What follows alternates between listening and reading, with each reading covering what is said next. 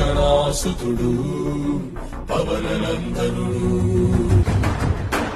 అరుణ కిరణముల ఉదయాత్తుని గని అది పండిన తీయని పంటను పడు సూర్య మండలము పట్టి తినాలని వీడురే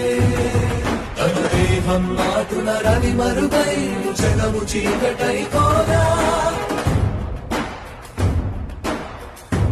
అది అమరేంద్రుడు గమనించి తన ఐరావతమధిరోహించి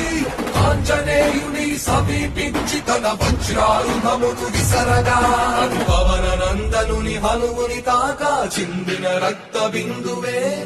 విద్యుద్వేగంతో ధరణి స్థలి వంద కడలిలో చచ్చి వంద కడలి అట్టడుగున గల శ్రీరంగ శుద్ధి గర్భము చేరియట